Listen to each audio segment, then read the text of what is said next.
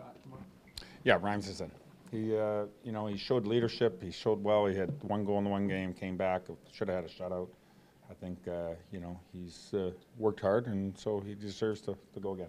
Do you have any problem restarting a goalie competition down the stretch here? It's not a competition. We'll just play it day by day. I don't want to make it between one or one. They're part of this team. They're both guys are valuable leaders on this team, and it's not about one guy or the other. It's about this team winning games, and that's the way I have to keep it, you know. So, you know, I'll probably jump in there when you try to make it a competition and try to nip it in the bud, you know. So, but that's the way it has to be. David Clarkson seemed understandably a little upset to have to sit out the other night. Will you have a conversation with him, or?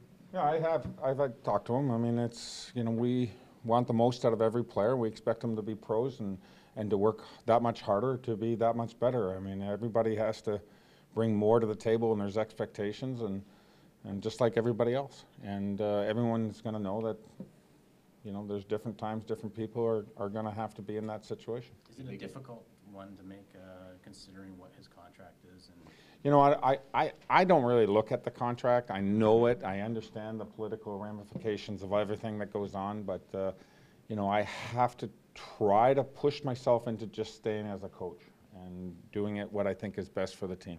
Is it difficult to make a change then tomorrow night, Peter, given that you are coming off a win? You know, I haven't made the final decision, but you usually try to, you know, if you have a winning combination. I thought especially until we scored our second goal, I thought, you know, we had balance with all four lines, and I thought they did a pretty good job.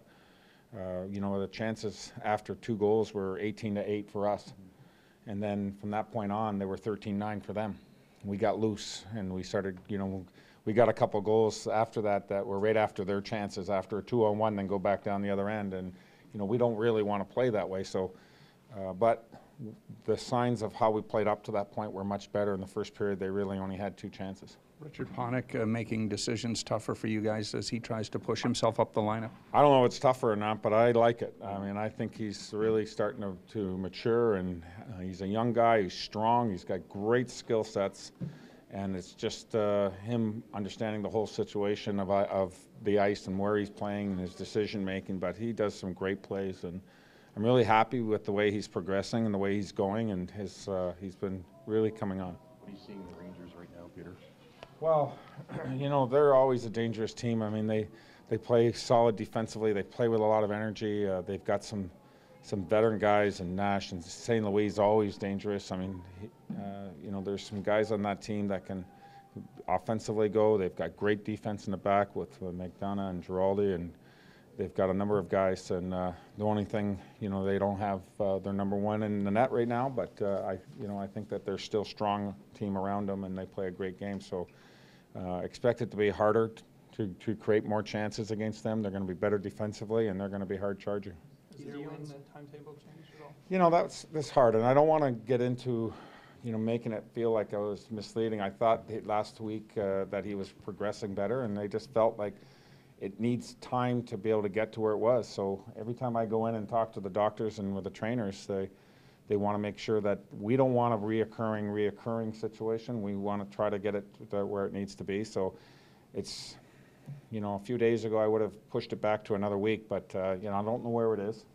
It could be, it definitely could be shorter than that, but we really just have to see how it's coming along. So we're trying, and we would like to get him back as soon as possible, but you know, I'm not going to categorize it because I really don't know. Does it seem like the team is overall getting your message of playing your style of hockey? I think we're doing some really good things. I mean, I think we came in today and we realized the success can be followed at when we're getting some goals. But you know, today's meeting was all like, this is what we got to do better. And I think they probably expected the meeting message to be, wow, great job. I think that we scored some transitional goals from them right after they got chances, and we don't want to trade breakaways or 2-on-1s for our chances going the other way. So I would like us just to, you know, get those chances without giving them the 2-on-1 going the other way. Peter, when Reimer said what he said Friday night, is that something that resonates? Do you find as a coach in the dressing room? I mean, guys might have been thinking about it, but sometimes you hear it vocalized. Absolutely. I think that's a great leadership situation on his part. He stepped up, and he's not happy. He was angry, and he showed passion. he almost demanded passion from the rest of his teammates, and I didn't think that we were very strong in New Jersey. I thought we were soft, and I think everyone responded. I mean, he's not the type of guy that speaks up like that a lot, and that's what you need sometimes from your core people and people on your team, and he showed leadership. You know, all teams deal with trades and rumors. Do you give players advice on how to deal with that?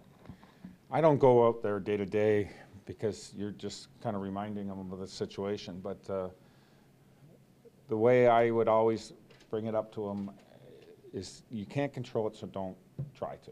Don't try to live it every day, wake up wondering and worrying about it. Understand it.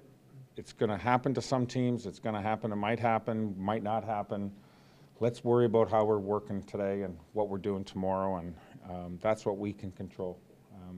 It's like when players go into negotiations, they usually have agents that handle that stuff. So, you know, they worry about training and getting in shape and getting ready to play, and their agents worry about contracts and those type of things. So when that happens, you just kind of have to separate yourself and try to stay focused on it. And, you know, I've been in this for a while and with teams, and sometimes nothing happens. So, you know, you spend all that time worrying about it, and you're not worrying about giving your 100%. It kind of makes you worry, and worry makes you hesitate, and hesitation makes you not play very well. Is there a side benefit, though, for guys on expiring contracts that they are going to be showing something to management? I think internally they probably is a self-motivating factor.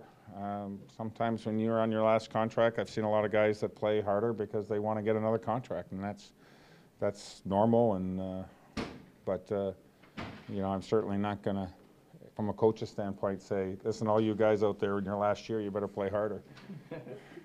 I expect them to play harder anyway, so it kind of sends the wrong message for me. But if that's motivating to them, and that's great. Thank you.